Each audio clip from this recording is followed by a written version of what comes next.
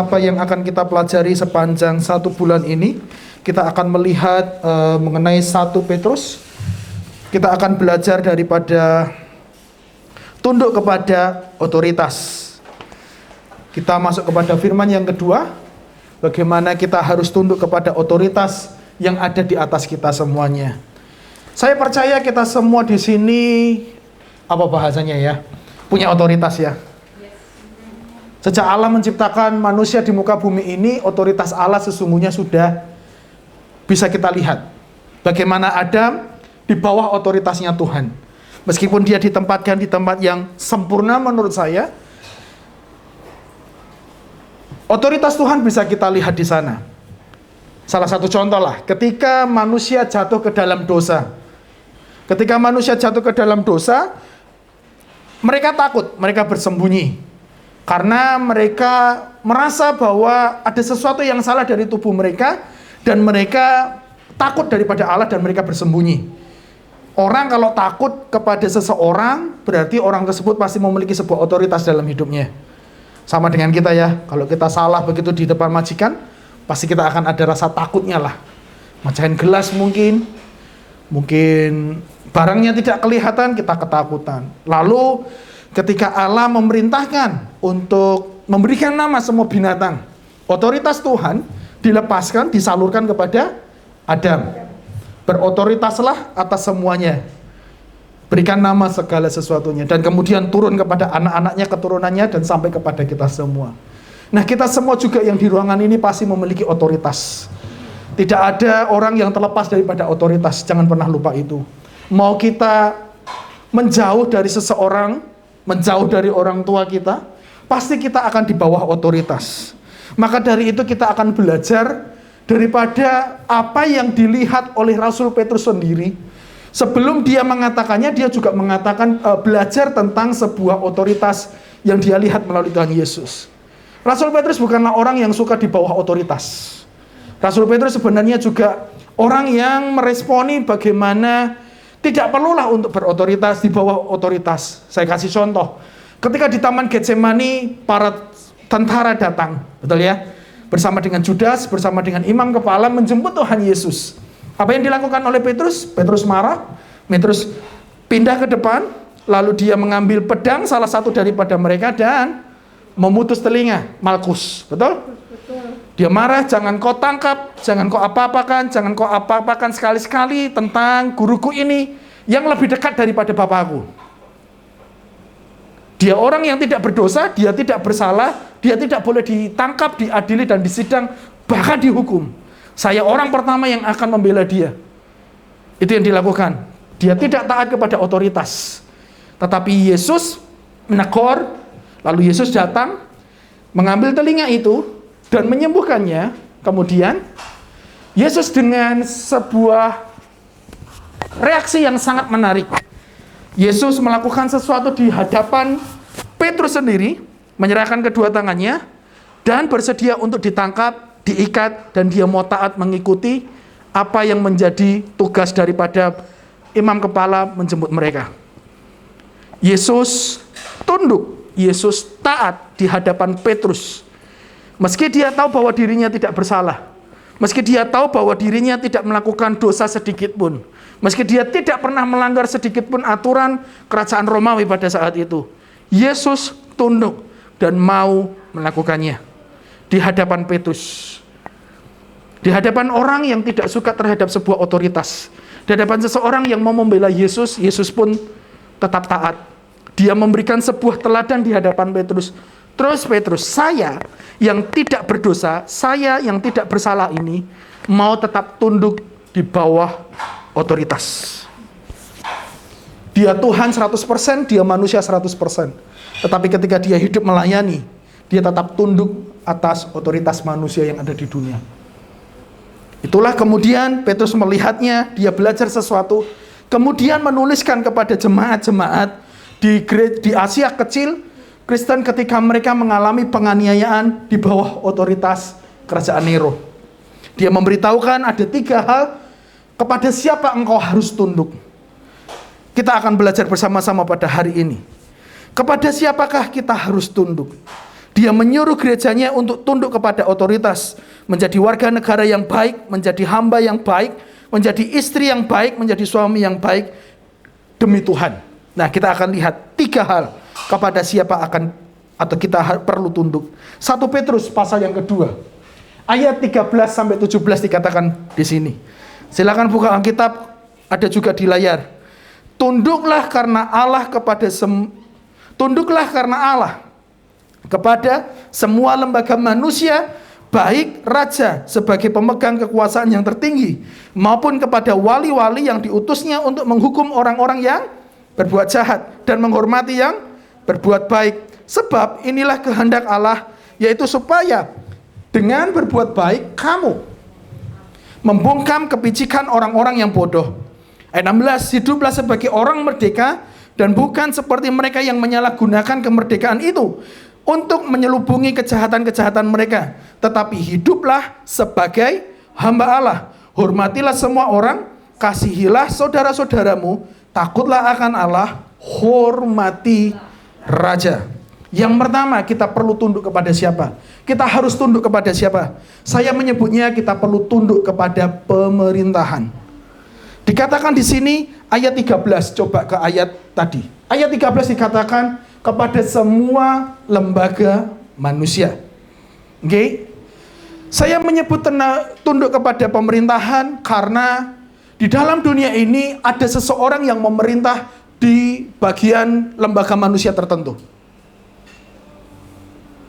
Namun sebelumnya saya mau melihat kata pertama dulu, tunduklah. Tahu nggak artinya tunduk? Apakah tunduk ketika melihat pemimpin lalu kita menunduk begini, lihat ke bawah gitu?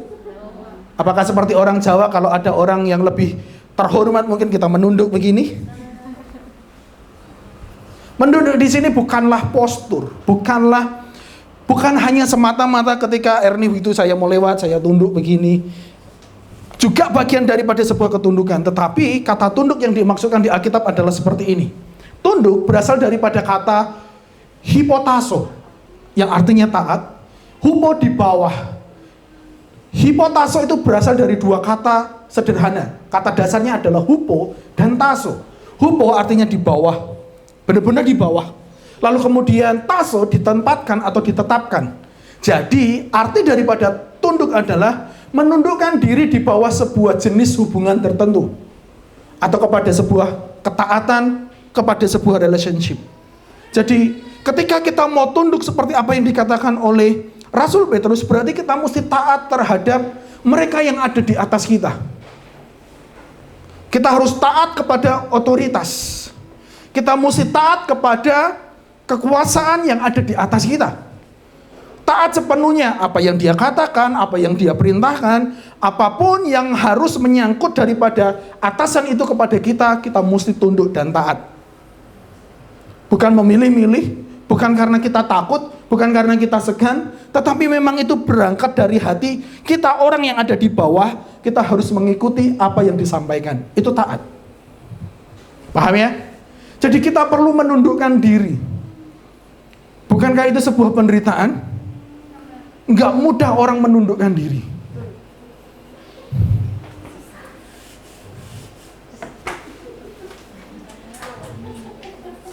Ada sebuah pengikisan kesombongan yang dibayar dengan sangat mahal. Apalagi kita tahu segala sesuatunya, apalagi kita punya kemampuan melakukannya. Kita tahu, kita berpikir bahwa dengan ini lebih baik, tetapi kita disuruh melakukan yang sebaliknya. Kita perlu menundukkan diri. Mari kita belajar menundukkan diri. Itu berangkat daripada sikap hati kita semuanya. Menundukkan diri itu bukan hanya postur tubuh saja dari atas sampai bawah, tapi berangkat dari hati, dari dalam. Nggak semua orang bisa melakukannya. Dan sesungguhnya kita bisa melihat keadaan hati seseorang daripada penundukan dirinya. Kita bisa menutupi segala sesuatu. Kita bisa memakai baju untuk menutupi segala sesuatu, apalagi sudah semakin dingin. Kita bisa pakai masker yang dari atas sampai bawah tinggal mata saja untuk menutupi isi hati. Tetapi cara bersikap kita terhadap atasan itu belajar berangkat daripada hati kita yang terdalam.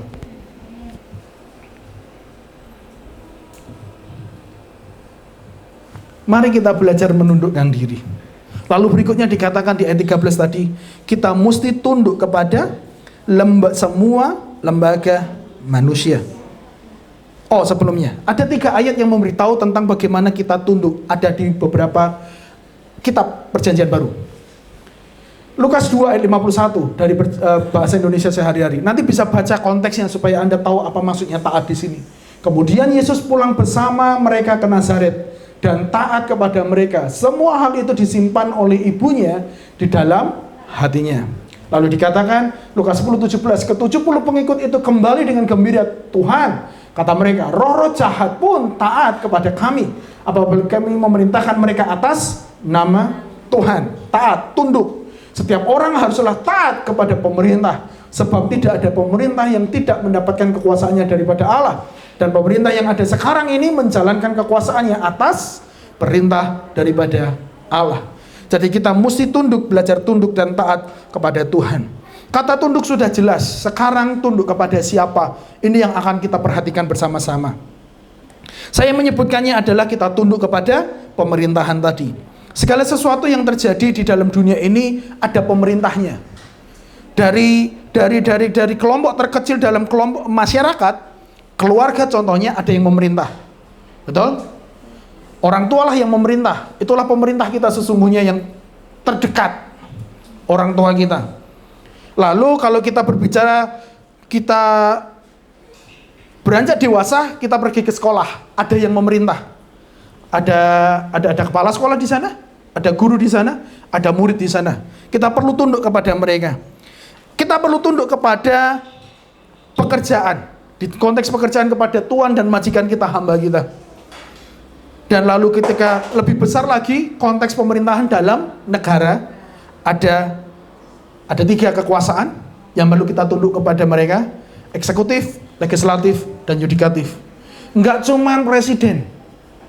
Bahkan kalau kita nanti ada urusan hukum, kita juga harus tunduk kepada mereka yang ada hubungannya dengan yudikatif, hukum. Kita taat kepada mereka semuanya. Ketika kita pindah ke negara ini, kita pun harus tunduk kepada pemerintahan yang berlaku di sini. Kita nggak bisa berkata, nggak mau, aku mau dengerin Jokowi saja. Ya sudah, pulang sana. Kalaupun kita nanti pindah provinsi, nggak mau, saya mau mendengarkan wali kota saya yang di sana lebih ganteng daripada kamu. Nggak bisa. Kalaupun kalian besok menikah, ternyata wali kota kalian adalah salah satu daripada Habib. Ada satu wali kota yang Habib. Dan saya baru mendengar ada kontroversi di sana. Kita mesti harus tunduk. Mau nggak mau. Karena itulah kata firman Tuhan. Jadi pembaca pada firman Tuhan itu diminta oleh Rasul Petrus untuk tunduk kepada Raja Nero. Kita tahu sendiri Raja Nero seperti apa. Saya sudah singgung sedikit. Mereka disiksa, mereka dianiaya, tetapi firman Tuhan berkata, kita mesti tunduk. Seberapa kita tunduk sesungguhnya kepada mereka yang berotoritas di atas kita. Renungkan sejenak seberapa engkau sesungguhnya tunduk kepada orang tuamu. Seberapa tunduk engkau sesungguhnya kepada orang tuamu sekarang. Kepada gembala dalam konteks gereja. Tunduk kepada pemerintah apalagi. Seringkali orang berkata bahwa saya tunduk, saya melakukan semuanya. Tetapi pertanyaannya, apakah engkau melakukannya karena engkau terpaksa atau memang dari hati? Apakah engkau melakukannya karena engkau menghindari hukumannya? Itu juga sebuah perenungan yang harus kita lakukan. Kita semua berpikir bahwa kita memakai ini karena kita tunduk pemerintah. Belum tentu. Bisa saja kita tidak mau diberikan sanksi oleh masyarakat, diliatin, dipelototin. Atau mungkin karena hukumannya 5.000.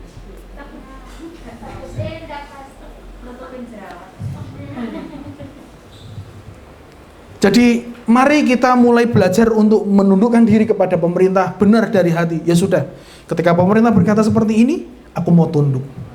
Ketika pemerintah menyuruh ini, aku mau tunduk. Apalagi kalau biasanya sebuah kebijakan berubah.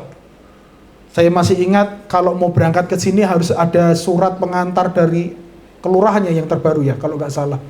Sampai seribet itu. Banyak orang yang marah, banyak orang nggak tunduk. Benar ya, dari kelurahan bukan? Apa? Pemerintah daerahnya kan, memang kalau dia memang dari daerahnya itu. Banyak yang protes di komen-komen itu. Loh, sekarang kok semakin ribet dan sebagainya. Ya sudah, tunduk saja. Kita perlu tunduk kepada mereka semuanya. Tunduklah karena Allah kepada semua lembaga manusia, baik kepada raja, wali-wali, atau kepada pemerintahan yang lain. Pertanyaannya adalah mengapa kita perlu menghormati mereka? Kenapa saya harus tunduk kepada pemerintahan yang ada di dunia ini atau manusia-manusia ini? 1 Petrus 2 ayat 13 dikatakan dari terjemahan yang lain, kalau terjemahan baru dikatakan hanya karena Allah, tetapi yang menariknya adalah agar nama baik Tuhan Yesus tidak tercoreng. Ketika kita tunduk kepada Tuhan, sesungguhnya kita sedang menyenangkan hati Tuhan. Ketika kita tunduk kepada manusia, kita sesungguhnya sedang mempermuliakan nama Tuhan. Ketika kita tunduk kepada manusia yang ada di bumi ini, nama Tuhan sebenarnya sedang dimuliakan. Kalau kita tidak tunduk kepada mereka, sesungguhnya kita sedang menjadi batu sandungan. Benar nggak ya? Kalau di sini orang tidak akan bertanya apa agamamu, tapi akan ditanya dari mana dia, apa sukunya. Tapi kalau di Indonesia ada dua hal yang pasti akan ditanya. Siapa orang tuanya? Dan yang kedua, opo sih agama nih?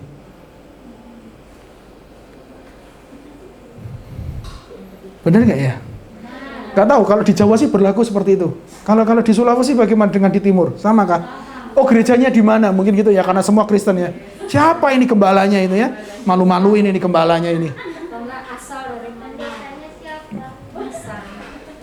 Pasti orang akan bertanya itu. Orang tua minimal, lalu yang kedua pasti agama. Oh, nggak dididik ini. Nggak punya pendidikan. Nah, ketika itu sekolahnya di mana? Biasanya itu. Oh, nggak punya pendidikan ini. Lulusan mana ini dan sebagainya. Kita mesti terus menjaga hidup kita supaya kita bisa menjadi berkat buat sekitar kita. Nama Tuhan harus terus dimuliakan, betul? Kita semua sedang mendengar ada sebuah peristiwa. Seorang bapak yang kepalanya mirip dengan saya membawa troli di dalam lift. Saya tidak perlu sebutkan. Anda tahu. Nama Tuhan dimuliakan di sana? Tidak. Kita lihat YouTube channel Kompas, di mana banyak persidangan di sana. Nama Tuhan dimuliakan? Tidak dimuliakan. Kita sedang mencoreng nama Tuhan sesungguhnya ketika kita tidak tunduk kepada aturan pemerintah yang berlaku. Mari kita semua belajar tunduk. Mari kita belajar tunduk. Saya tahu sih kita tidak punya isu mengenai tunduk kepada pemerintahan. Semua baik di sini. Kita semua perlu tunduklah. Kalaupun besok sekiranya tidak menyenangkan pemerintahan kita harus tetap tunduk kepada mereka. Ketika kita tunduk kepada mereka, itu sesungguhnya cerminan kita tunduk kepada Tuhan. Kalau kita tidak bisa tunduk kepada mereka yang kelihatan, apalagi Tuhan yang tidak kelihatan.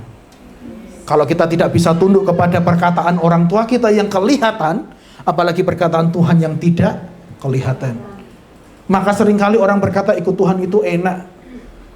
Menurut saya tidak. Kalau berkata enak, berarti engkau sedang kompromi dengan perkataan Tuhan, Tuhan yang tidak kelihatan itu. Mari kita hidup sungguh-sungguh tunduk kepada pemerintahan. Kita tunduk kepada mereka yang memiliki otoritas di atas kita. Lanjut dulu ya, yang kedua saja. Tunduk kepada yang baik dan yang tidak baik. Bukan hanya semata-mata mereka yang memiliki otoritas, tetapi juga sifatnya mereka yang ada di atas kita. Tunduk kepada yang baik dan yang tidak baik. Ini bahasa saya untuk menghaluskan dan mengeneralisir. Tetapi kata Petrus lebih keras lagi, dikatakan seperti ini.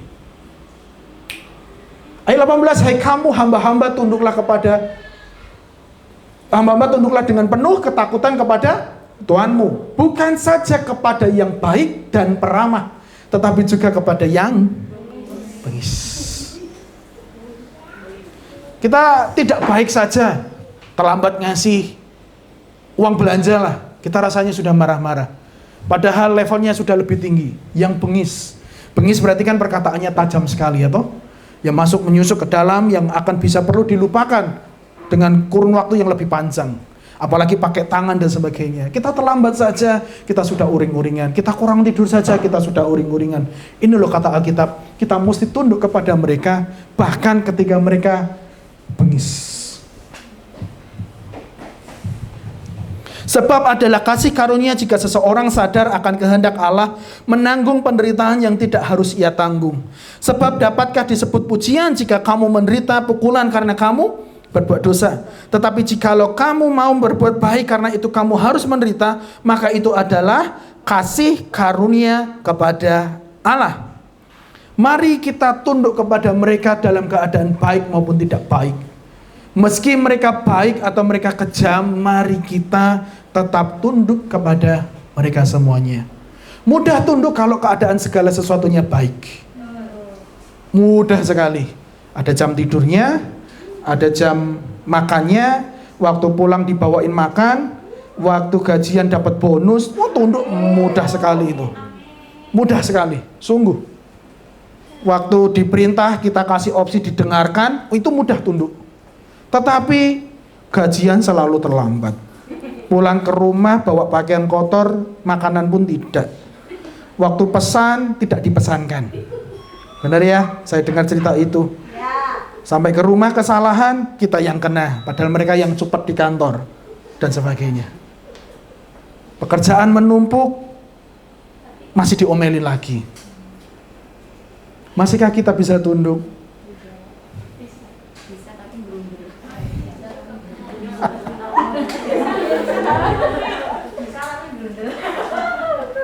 Itu tadi bagian yang pertama, kita tunduk karena memang hati ikhlas, atau kita tunduk dengan keterpaksaan.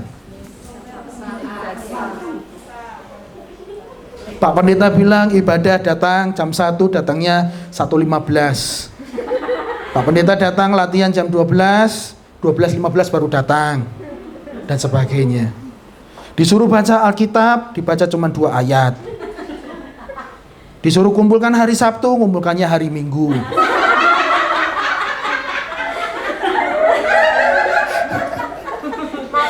Sudah hari Minggu, Pak, saya mau anulir karena ada yang ketinggalan. Yo nggak apa-apa.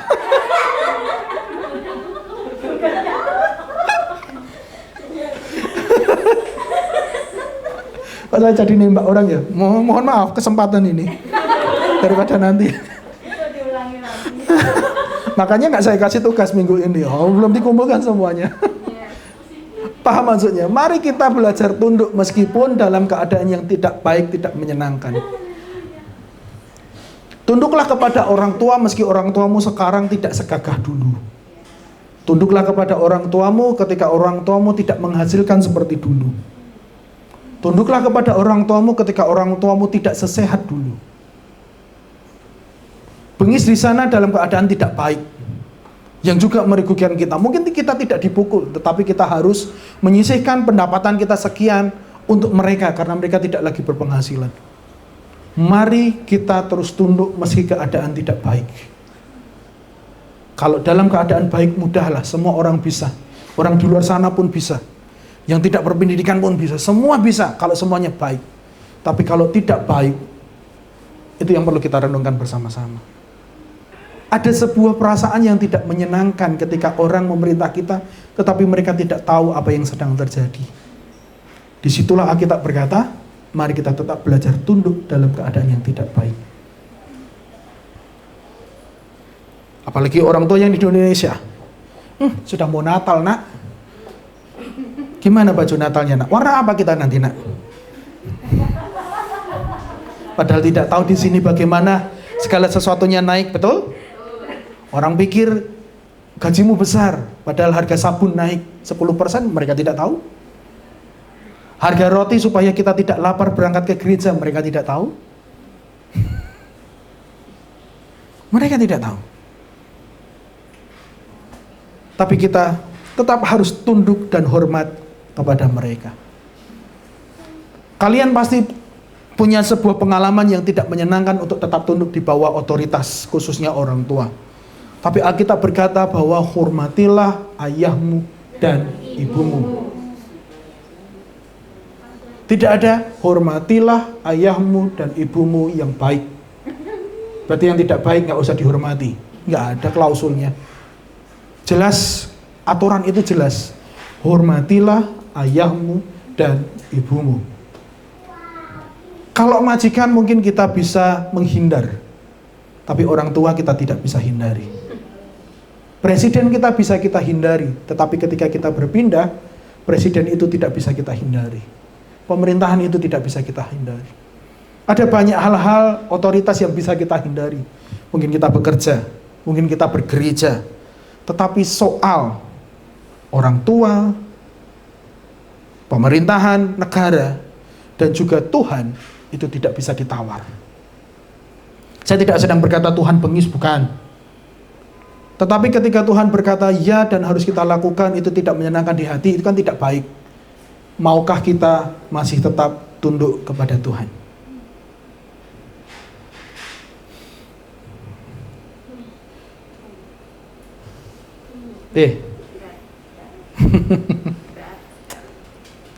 Kemarin yang ibadah 27, sekarang yang ibadah sekitar 20. Semoga bulan minggu depan gak menjadi 10 ya, karena khotbahnya penderitaan.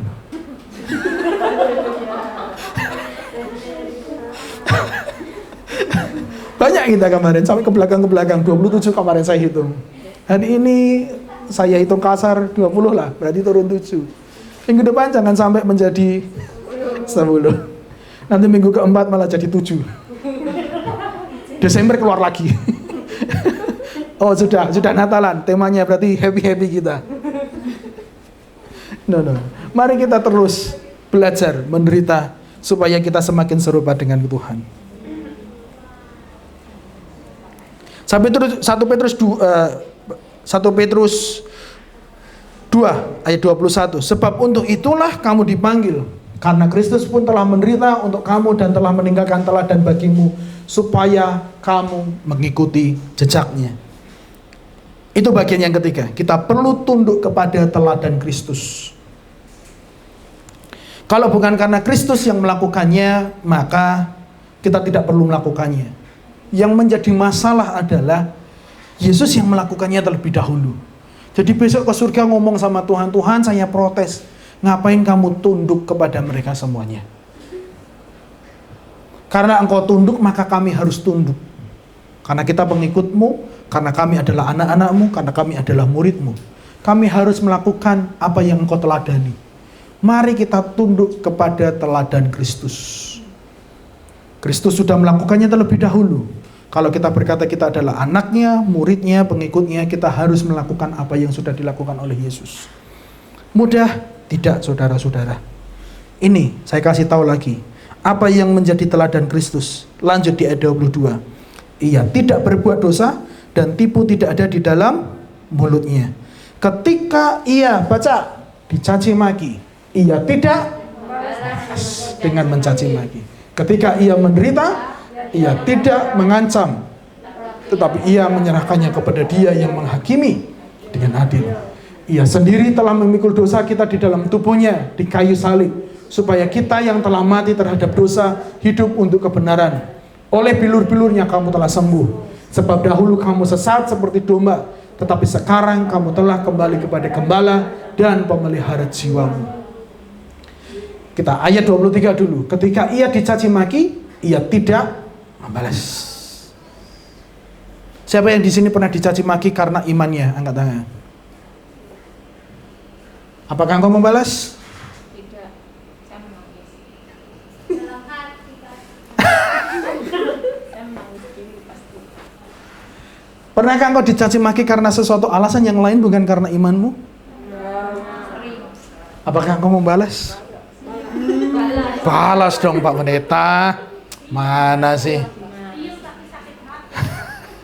Balas dong. Ketika engkau menderita, apakah engkau mengancam? Menyindir ya. Tunggu ya, 7 keturunan saya ingat apa yang kau lakukan. Saya ingat semua, saya catat di hati saya. Tunggu waktunya. Jangan ya Erni. Tak tandain mukamu semua ya. Tak tandain. Kamu anakmu siapa, cucumu siapa, saya akan ingat. Nanti saya akan teruskan kepada keturunanku juga. Enak aja. Saya tandain sungguh. Mana rumahmu? Oh, oke. Oh, rumahmu di sini. Oke.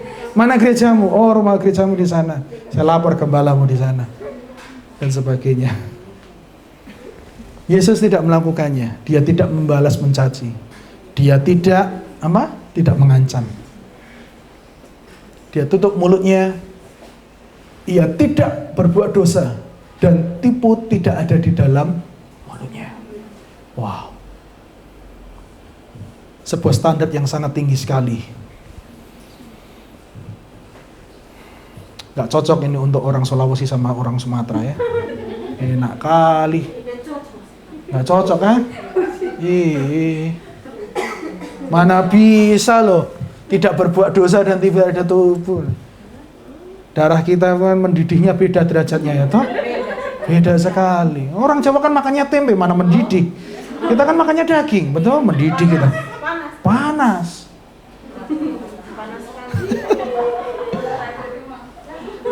Orang Jawa cuma makan tempe ya toh? Apalagi orang Timur ya toh, sagu aja. Kolesterolnya rendah. Kalau kita kan tinggi kolesterol. Cepat darah tinggi ya toh?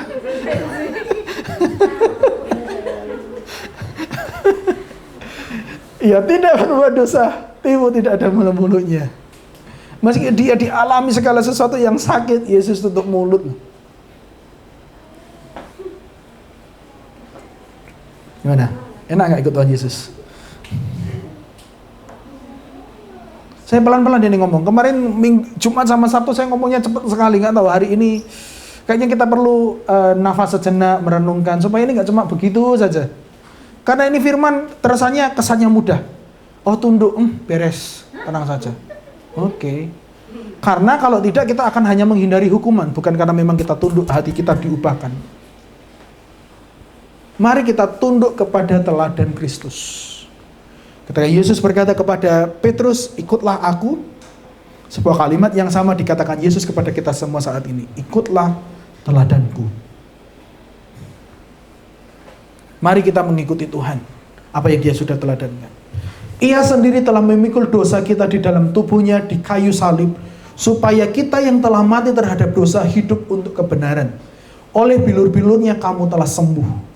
Sebab dahulu kamu sesat, sekarang kamu telah kembali. Ini semua terjadi. Ayat 24, ayat 25 terjadi karena sebuah ketundukan. Kalau Yesus tidak tunduk, ayat 24, ayat 25 tidak akan terjadi. Tidak akan ada kemenangan tanpa sebuah penderitaan. Tidak akan ada kemuliaan tanpa sebuah kehinaan. Tidak akan ada kebangkitan tanpa sebuah kematian. Kalau dia tidak tunduk, kita masih memikul dosa. Kalau ia tidak tunduk, maka kita masih sakit, kita belum sembuh. Kalau ia tidak tunduk, maka kita masih tersesat, kita belum kembali. Mari kita mengucap syukur atas ketundukan Tuhan dalam hidup kita. Artinya, ketika engkau menderita dalam ketundukanmu, imani akan ada kemuliaan Tuhan, akan ada kemenangan daripada Tuhan, akan ada kebangkitan Tuhan dalam kehidupanmu. Maka belajarlah tunduk terlebih dahulu. Tidak mudah, sakit, tetapi ada hasilnya. Ada hal yang akan kita tuai. Ada hal yang akan kita alami setelah sebuah ketundukan yang kita lakukan di hadapan Tuhan. Tidak ada kebangkitan tanpa sebuah kematian. Mana bisa kita bilang Yesus bangkit kalau dia tidak mati? Betul? Bagaimana kita bisa berkata dia dimuliakan kalau dia tidak diludahi, dia tidak dicaci maki? Bagaimana kita bisa berkata bahwa dia menang atas dosa kalau dia tidak kalah dan masuk mati selama 3 hari? Segala sesuatunya harus terjadi terlebih dahulu. tetapi pada akhirnya kita akan mengalami sebuah kemenangan. Mari kita bersyukur dan meneladani apa yang Tuhan lakukan dalam kehidupan kita. Penundukan diri sesungguhnya kita mengikuti jejak Kristus. Apa yang Yesus juga mau sampaikan di ayat pertama di pasal 2 ini. Dikatakan, karena itu buanglah segala kejahatan, segala tipu muslihat, dan segala macam kemunafikan, kedengkian, dan fitnah. Kita mesti tunduk terhadap perintah Tuhan ini. Ketika kita sedang tunduk sesungguhnya kita sedang membuang segala kejahatan. Kita sedang membuang segala tipu muslihat. Ketika kita tunduk kita sedang membuang segala macam kemunafikan, kedengkian, dan fitnah. Kita melakukan ini semua. Apakah ini mudah? Tidak. Kalau kepepet kita rasanya kan pengen melakukan yang jahat atau menipu sedikit-sedikit, munafik sedikit-sedikit. Betul ya? Dengki kalau marah sedikit-sedikit. Tapi ketika kita tunduk semuanya itu akan menjadi hilang dan kita bisa serupa dengan Kristus. Yang terakhir saya tutup dengan Matius 26 ayat 52 sampai 54. Kemudian Yesus berkata kepadanya, kita kembali kepada cerita di Getsemani itu. Kembalikan pedangmu ke tempatnya, karena semua yang menggunakan pedang akan binasa oleh pedang. Atau kamu pikir aku tidak mampu memohon kepada Bapakku, dan ia sekarang juga akan memberi 12 pasukan malaikat untukku. Namun bagaimana kemudian kitab suci akan digenapi yang mengatakan bahwa harus terjadi demikian. Yesus melakukannya dan menyembuhkannya. Lalu dia sedang berkata bahwa segala sesuatu harus terjadi untuk penggenapan kitab suci. Yesus memutuskan untuk tunduk kepada kehendak Bapa agar kehendak Bapa digenapi. Adalah kehendak Bapa bagi kita untuk bisa mengalami penderitaan seperti yang Yesus alami. Adalah kehendak Bapa supaya kita semua bisa menderita untuk melakukan kebenaran. Adalah kehendak Bapa supaya kita tunduk kepada manusia, supaya kehendaknya juga tergenapi, supaya kitab suci bisa tergenapi. Diberkatilah mereka yang dianiaya. Betul? Ada kata Alkitab. Maka kita juga akan bisa mengalami berkat-berkat itu. Adalah kehendak Bapa kita mesti tunduk kepada setiap otoritas, kepada setiap manusia yang berotoritas atas kita di muka bumi ini. Ketundukan memang tidak mudah. Tetapi kalau kita taat kepada proses itu, kita akan mengalami sebuah kemuliaan dan pengangkatan yang datangnya daripada Tuhan. Sakit memang secara daging, tetapi demi sebuah kehendak Tuhan supaya terjadi. Kita mungkin tidak mengerti sekarang mengapa saya harus tunduk di bawah manusia. Mungkin kita sekarang tidak mengerti kenapa saya harus tunduk di bawah majikan yang seperti ini hari ini. Kita mungkin tidak mengerti mengapa harus tunduk kepada suami yang seperti ini. Tuhan, model kayak gini kok bisa jadi suamiku dulu ya. Memang cinta itu buta, ya memang. Penyesalan selalu di belakang.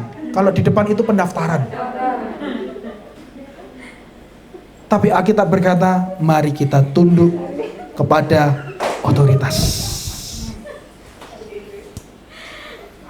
Aduh, mohon maaf yang punya suami, karena yang punya suami di sini jelas. Ibu maksudnya.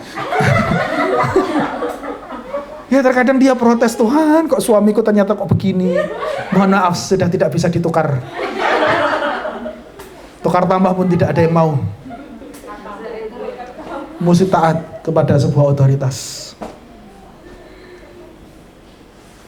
Hari ini saya mendorong, belajarlah taat, tunduk. Karena ada sebuah rencana Tuhan yang ingin Tuhan kerjakan dalam hidup kita.